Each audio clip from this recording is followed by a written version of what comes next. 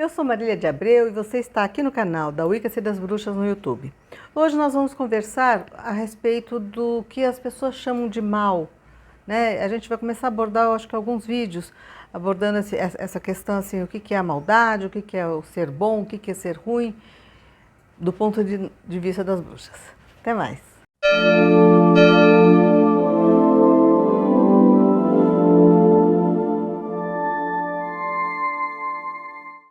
Para começar o nosso tema, né, de hoje, primeiro assim, as bruxas são consideradas más, né? As coisas, os nossos, aliás, não é só as bruxas consideradas más, mas assim, é aquela coisa, o certo é você não querer ter poder, porque se você quer poder, você vai usar mal o poder. E a ideia de que poder é uma coisa que você vai usar sobre os outros, né? Então você quer ter poder para dominar as outras pessoas. Só que, na verdade, quer dizer, eles já partem de pressupostos que já não são, né?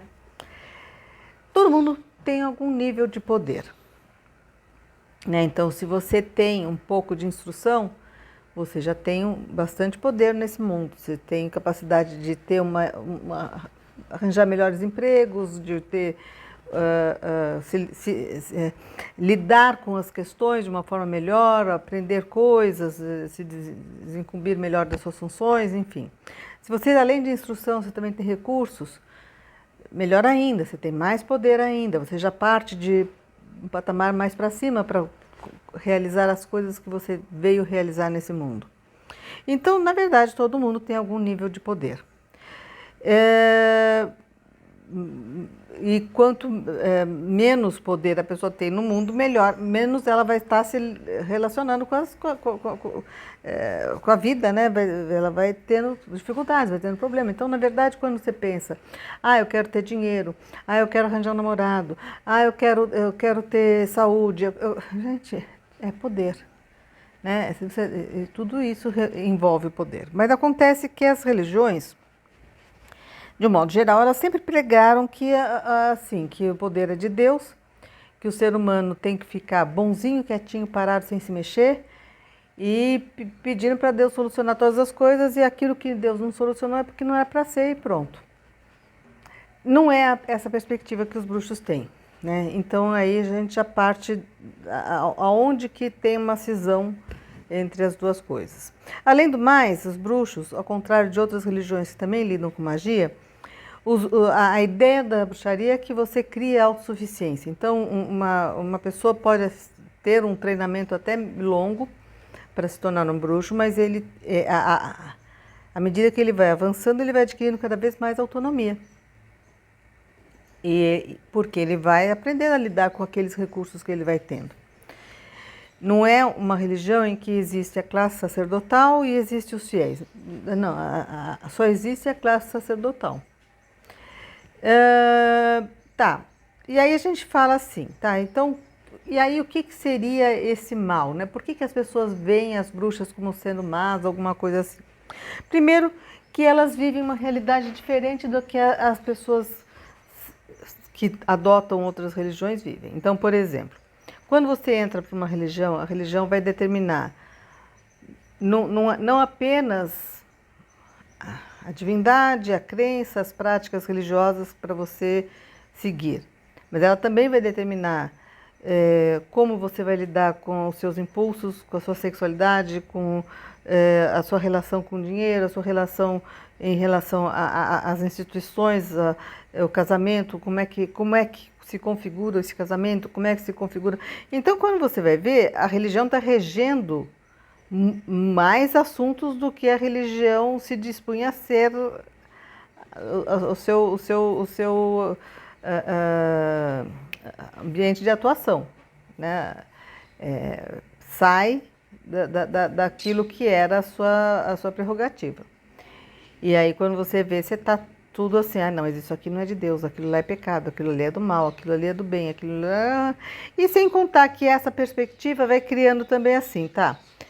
Eu faço tudo isso porque eu sou do bem, aquela pessoa que faz um pouquinho diferente é do mal. E aí também vai criando essa coisa que a gente está segregando. E, na verdade, gente, quando a gente ouve falar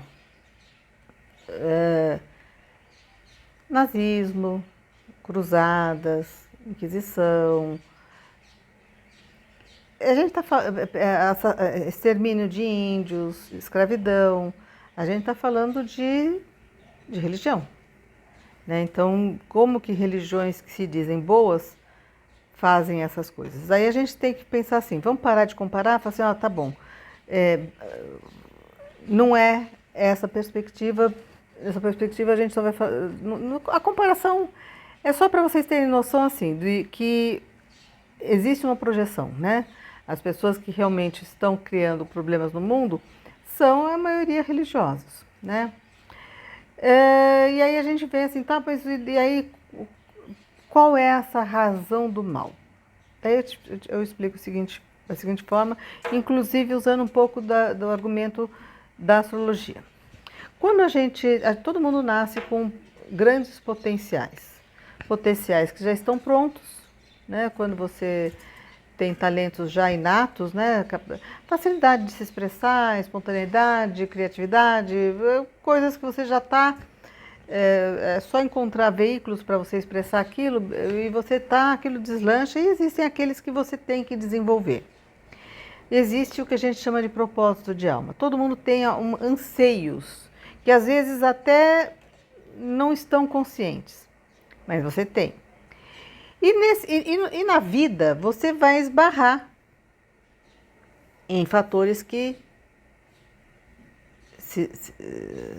te impedem, te atrasam, te atrapalham em relação à execução dessas coisas. Pensa assim, todo mundo quer encontrar o seu lugar no mundo, mas está todo mundo lá competindo, né?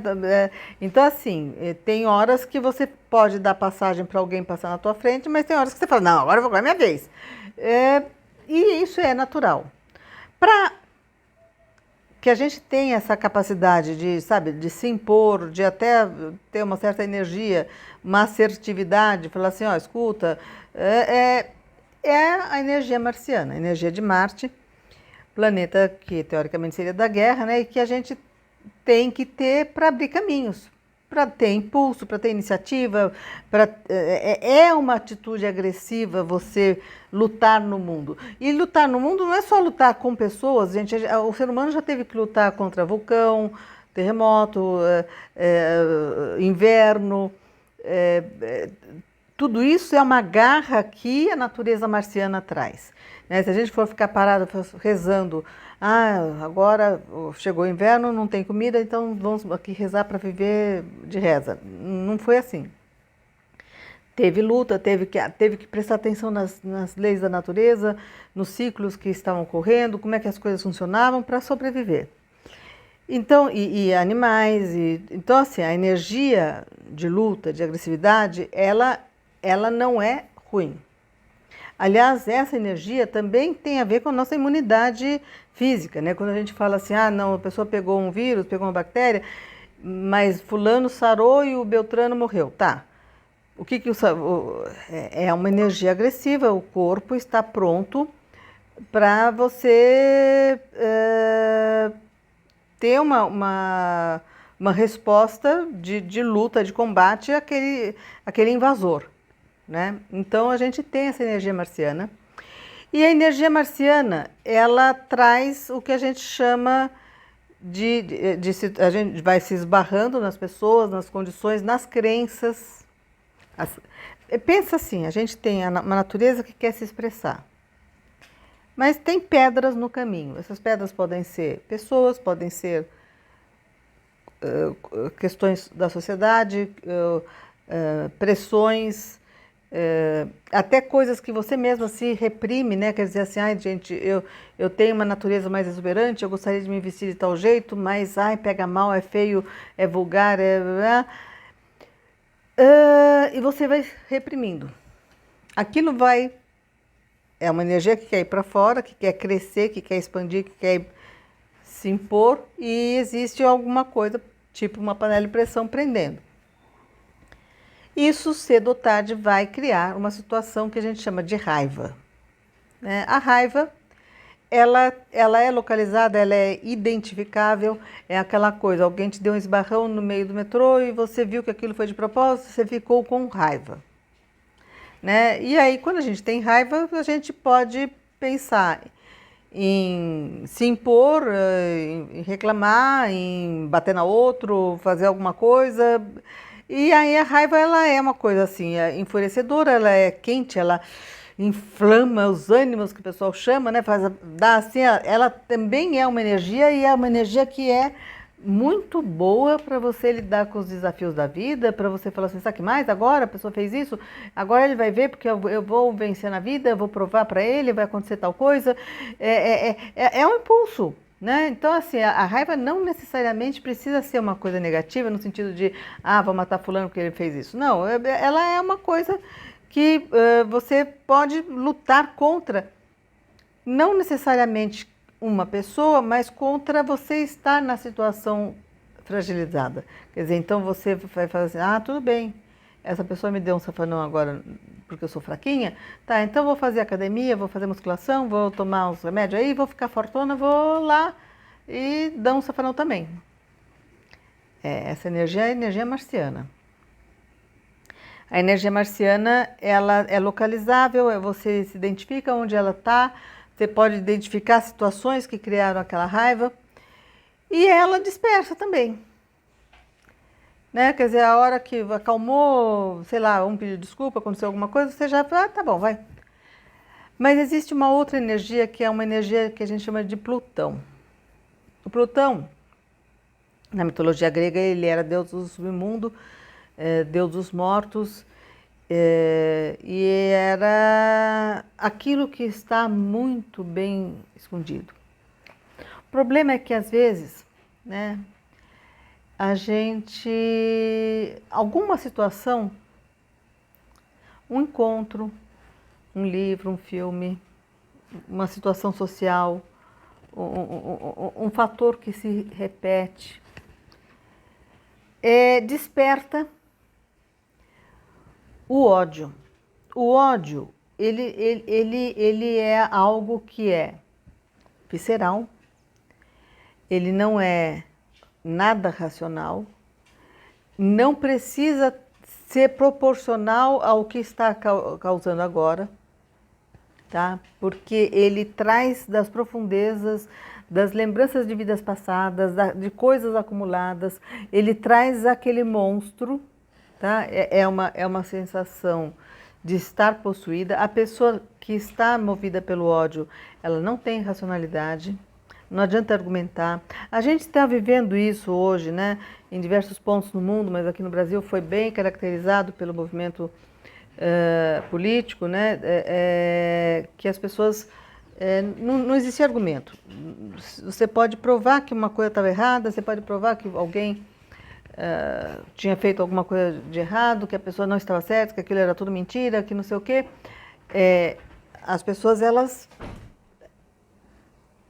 É o ódio pelo ódio. Então, assim, alguma senha desencadeou tudo aquilo e aquilo fica... toma proporções, traz uma cegueira coletiva, porque o Plutão, ele rege o coletivo. Então, normalmente, não é... você pode estar sofrendo uma coisa pessoalmente, né? Porque, lógico, cada um tem o Plutão em algum lugar no mapa e pessoalmente pode afetar cada um de uma forma diferente no aspecto individual, mas é sempre algo que tem a ver com o coletivo. Então, quando esse ódio aparece, ele também é um chamado para que se trate um assunto que não é só individual. Então, é aquela coisa, é aquela experiência que algumas pessoas têm, que o filho sofreu um sequestro, assassinaram a filha, fizeram alguma coisa, aconteceu um acidente, e aí a pessoa mobiliza a sociedade para mudar as leis, criar proteção, encontrar uma solução, que daí não vai ser só para ele. É um chamado, né? Um chamado para resolver a situação. E com o ódio, não adianta, uma coisa assim que é terrível, que as religiões de modo geral lidam de uma forma muito errada, é a ideia assim, você tem o ódio, você perdoa. O perdão não resolve o ódio, gente. O perdão, primeiro que o perdão não adianta muita coisa, mas o perdão, ele não resolve o ódio porque, primeiro aquela coisa, não vai ter algo que apague esse fogo que é um vulcão. É um vulcão que aflora. A pessoa que está tomada pelo ódio, ela não tem racionalidade. Né? Então não dá para você pegar, tentar argumentar, tentar convencer, dizer que perdoa. O perdão ele é inclusive visto, né, como te colocando numa condição de superioridade e ainda reforçando mais aquele ódio. Né? Existe uma dor, existe algo que a pessoa se sente tomada, que aquilo é como a pessoa fala assim, sabe a gota d'água? É a gota d'água, às vezes, envolvendo uma coletividade. E aí não é o vizinho que jogou uma casca de banana no seu quintal que você vai brigar com ele, mas é assim, a mobilização, ela tem que ser contra a causa. E a causa não é brigar com o vizinho. Ali não é a mesma coisa de alguém te dar um esbarrão e você não fica com ódio, você fica com raiva. O ódio, ele sempre é aquela coisa que estava acumulada, que estava muito acumulada e que alguns fatores desencadeiam e aí fica incontrolável. E aí assim, e aí você fala, tá, mas aí tem que ser o quê? Pensar em vibrações de amor, pensar em vibrações de perdão, mandar luz, reiki. Não, gente. Se o ódio é um vulcão que está vindo das forças do inconsciente, que a própria pessoa não sabe localizar de onde está vindo, a única coisa que cura é a consciência, né? E quando e isso é a parte que é mais assim combatida pelas religiões, porque assim, trazer conteúdos do inconsciente à consciência, lidar, trabalhar, lapidar esses conteúdos, traz poder. Poder mesmo. Quer dizer, aquilo que te tomou, aquela força que faz você, sabe, não ter medo de morrer, de querer ir lá lutar por alguma coisa, combater não sei o que lá, esse ódio, ele é uma força descomunal, uma força fantástica. Quando você vai e traz do inconsciente a causa e cura e traz aquela força para você, aquilo lá é poder.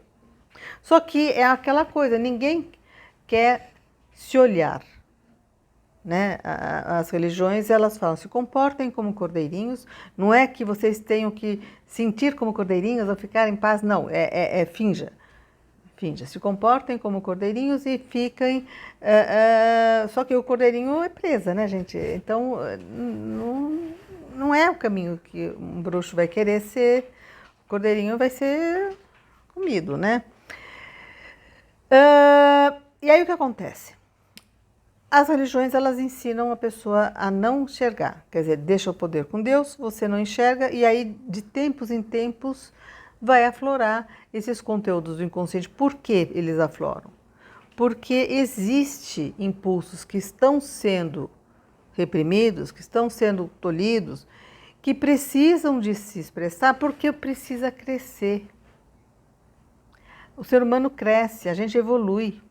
E a gente não evolui só porque desenvolveu uma tecnologia melhor. Existe uma evolução mental, espiritual, psicológica, emocional, muitos níveis de evolução que a gente precisa alcançar e a gente tem que mexer com essas mazelas. E os bruxos, eles enfrentam. Eles enfrentam. Então, assim, vamos olhar? Ah, sim, eu quero ter um poder, eu quero me desenvolver, tá, mas vamos lá tirar o lixo debaixo do tapete? Vamos olhar o que está, quais são os seus pontos fracos, o que te pega, vamos curar isso. E curar, e é uma cura que pode ser no indivíduo, mas repercute no coletivo. Quer dizer, quando vai atingindo um certo grau que a gente chama esqueci o nome, o ponto de mutação lá, o que as coisas vão desencadear, você tem uma repercussão no coletivo. E saber que, assim, o inconsciente, a gente compartilha esse inconsciente com o coletivo. Então, quando aflora alguma coisa do inconsciente e a gente trabalha isso vira uma força, isso vira um poder. E aí, mas então, por que as bruxas são consideradas más? Porque elas não vão esconder essas coisas, elas vão trabalhar isso. Não é que elas vão expressar e sair matando todo mundo como as pessoas podem ser que pensem. Não é isso. É a hora que você se sente tomada por uma coisa que é negativa, você está buscando a consciência. Você fala assim, por que eu estou trazendo isso? O que essa força representa? Qual é o aspecto meu que está reprimido e que está precisando expressar e que está... Sabe? Tá, gente, tá, vamos por partes. O que você está precisando? Sair dançando? Vestir uma roupa diferente? Ter um relacionamento melhor? Se relacionar de uma forma diferente? E aí vamos derrubando essas fronteiras. Né? Então, onde tem ódio, tem barreiras. Tem barreiras a serem derrubadas. Né? E a cura é por mais espaço, não é o perdão. O perdão é amainar, é jogar um pouco de água na fervura. Não resolve. É mais espaço. Você está precisando de mais espaço. A sociedade precisa de mais espaço. Né? A gente não pode continuar sendo regulada por uma religião da idade do bronze, gente. Se você tem hoje um celular, um computador, internet e tudo mais, você tem que pensar que você teria de ter também uma filosofia que tivesse evoluído tanto quanto, né? A gente vai abordar mais coisas a respeito do mundo inferior, tá? Porque os bruxos trabalham com isso, as pessoas têm uma visão de mundo inferior como inferno, ou como sendo do mal, ou como sendo, quer dizer, inferior é menos, superior é mais, e não existe essa hierarquia. A gente tem que crescer para cima e para baixo. É como uma árvore, tá bom? Tô precisando de like, tô precisando de compartilhamento e tô precisando de sugestão. Tá? Todo mundo aí que queira nos incentivar, a gente agradece. Até mais.